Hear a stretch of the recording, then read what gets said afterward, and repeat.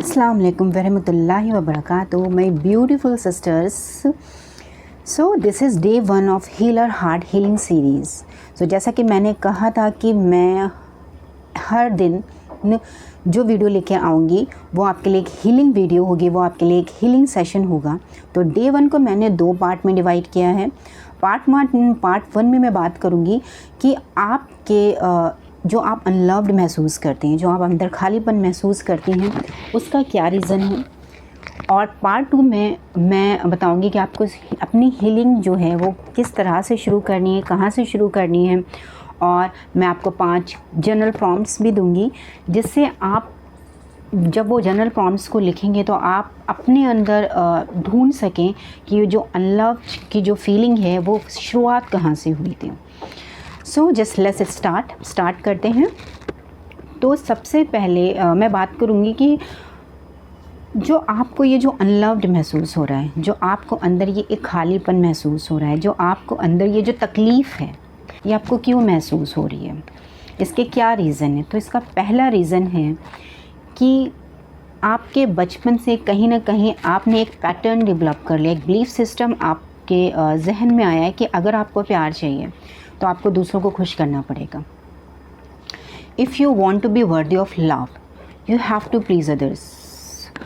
आप जब you were a child, तो आप जब दूसरों अपने पेरेंट्स के अकॉर्डिंग या अपने सिबलिंग्स के अकॉर्डिंग या अपने रिलेटिव्स के अकॉर्डिंग, जब आप उनके अकॉर्डिंग वो चीज़ें करते थे जो उनको सही लगती थी, तो आपको हमेशा गुड गर्ल या आपको हमेशा जो है बहुत ही प्यार दिया जाता था। और अगर आप कोई भी ऐसा काम करती थी कि जो उनके अकॉर्डिंग सही नहीं थी, तो वो आपको कहीं ना कहीं वो क्रिटिसिज्म मिला हो बहुत ज़्यादा। अगर आप डिसफंक्शनल फैमिली में बॉर्न हुई हूँ तो आपको अब्यूज़ भी हो सकता है, किसी ने किया हो, या मे बी आपको हो सकता है कि आपको दूसरे बच्चों के साथ हमेशा कंपेयर किया गया, तो कहीं ना कहीं आप जैसे हो आपको वैसा एक्सेप्ट नहीं किया गया। तो इसने कहीं ना कहीं आपके अंदर एक बिलीफ सिस्टम बना दिया कि if I want to feel worthy of love I have to please others. मुझे दूसरों को खुश करना है, तभी जो है वो मुझे प्यार मिलेगा। सेकेंड रीज़न इज़ कि योर फीलिंग्स वर इग्नोर्ड और डिसमिस्ड।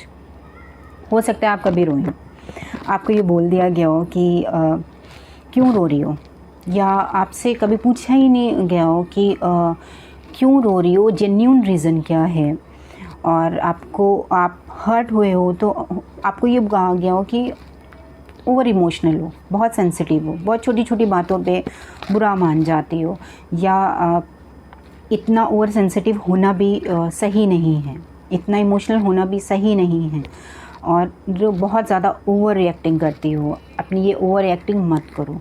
तो इस वजह से कहीं ना कहीं आपके अंदर एक ख्याल बन गया कि जो इमोशंस है ना, दीज इमोशंस डोंट मैटर, और ये इमोशंस जो हैं मेक्स यू वीक, और ये इमोशंस को जो हैं, इमोशंस इंपॉर्टेंट नहीं है तो दैट्स वाई हो सकता है कि मैं भी इम्पॉर्टेंट नहीं हूँ। कहीं ना कहीं ये भी आपके अंदर ही एक बिलीफ सिस्टम हो सकता है।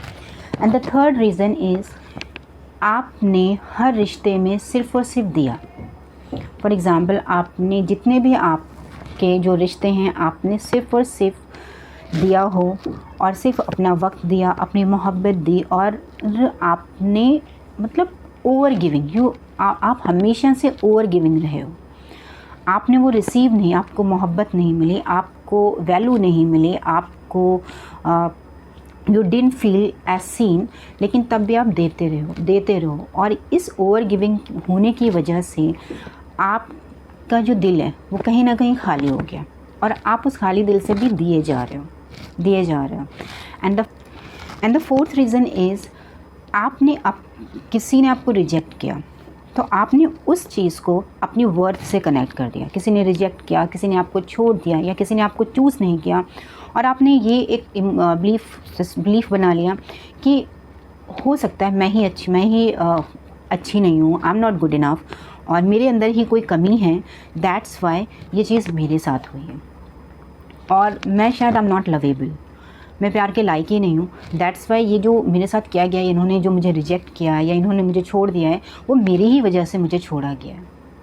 And the fifth reason is the most important reason कि यू फॉरगॉट दैट अल्लाह ताला ऑलरेडी लव्स यू।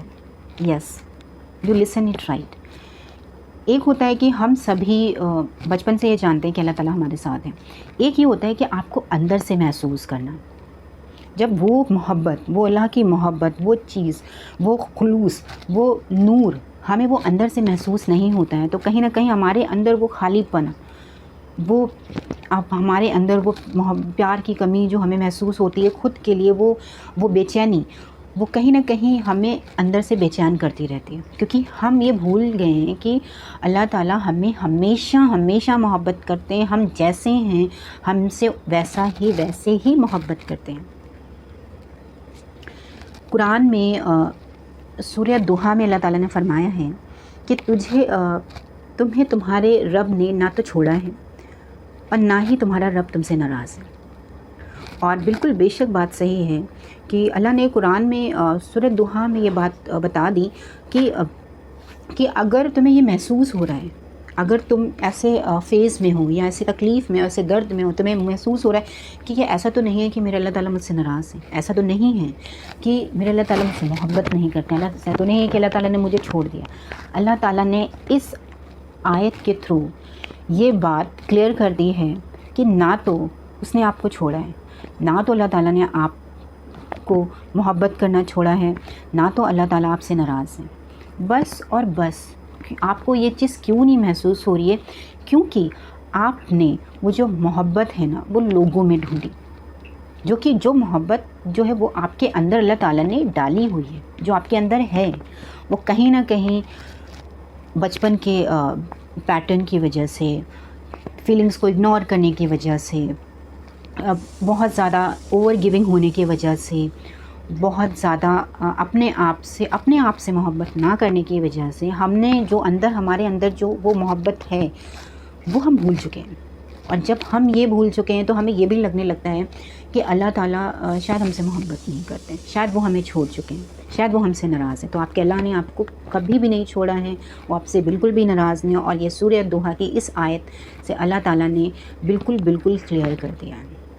तो बेसिकली ये 5 रीज़न्स होते हैं जिसकी वजह से हम अपनी ज़िंदगी में अनलव्ड महसूस करते हैं, हम अपनी ज़िंदगी में खालीपन महसूस करते हैं। आप अपनी ज़िंदगी में खालीपन महसूस कर रही हैं, आप अपनी ज़िंदगी में उस मोहब्बत की कमी को महसूस कर रही हैं। तो आई होप कि आपको इस वक्त समझ में आया होगा, जब मैंने ये जो 5 रीज़न्स बताए होंगे तो कहीं ना कहीं आपको ख्याल आया होगा। जब मैंने बचपन की बात की होगी तो आपके बचपन से कोई ना कोई मेमोरी आई होगी।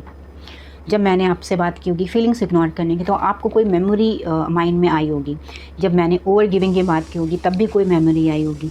जब मैंने आपसे अल्लाह ताला की बात की होगी तब भी कोई ना कोई मेमोरी आएगी। तो याद रखें, ये जो जितनी मेमोरीज़ जो आपको रिफ़्लेक्ट हुई हैं, ये जो आपको आई हैं, यही मेमोरीज़ आपको बता रही हैं कि यहाँ जो हैं आपने अपने आप को खोया है। अब वहाँ उसी जगहों पर काम करने से आप फिर से अपने आप से जुड़ पाएंगे, आप फिर से अपने अंदर की जो खालीपन है उसको भर पाएंगे, आप फिर से वो मोहब्बत जो कि ऑलरेडी आप में मौजूद है, जो आप खुद से मोहब्बत फिर से फील कर पाएंगे। तो बेशक आपने ज़रूर से ज़रूर आप कनेक्ट कर पाई होंगी, आप उन मेमोरीज़ को आपके जहन में आई होंगी, तो आपको रीज़न्स पता चले होंगे। तो ये जो रीज़न्स हैं, ये 5 रीज़न्स होते हैं। हम अपने अंदर खालीपन महसूस करते हैं, हम अपने अंदर एक अनलव्ड होने की फीलिंग को महसूस करते हैं।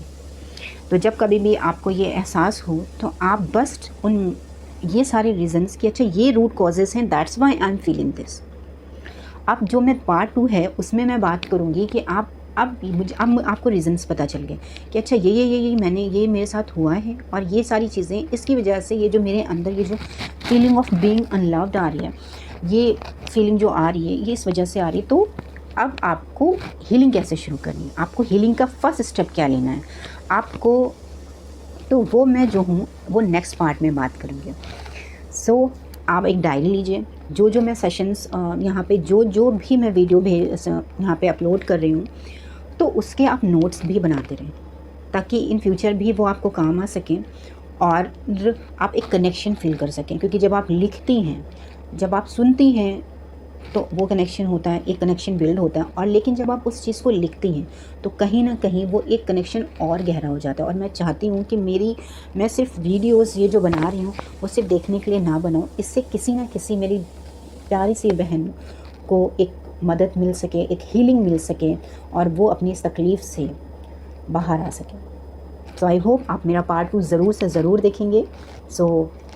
मुझे बहुत खुशी हुई कि आपको ज़रूर पता चला होगा कि क्या क्या रीज़न्स हैं जिसकी वजह से you are feeling unlove, you are feeling empty inside you. So do see my next part.